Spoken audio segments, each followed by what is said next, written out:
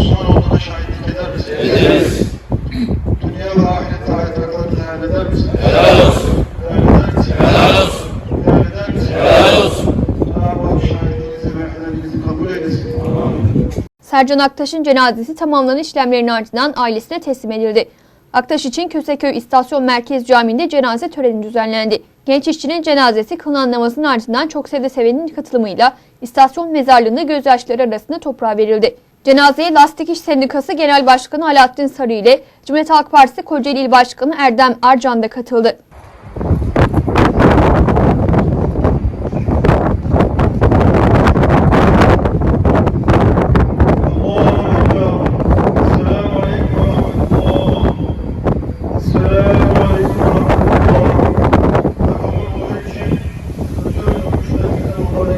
Allah rızası için El Fatiha.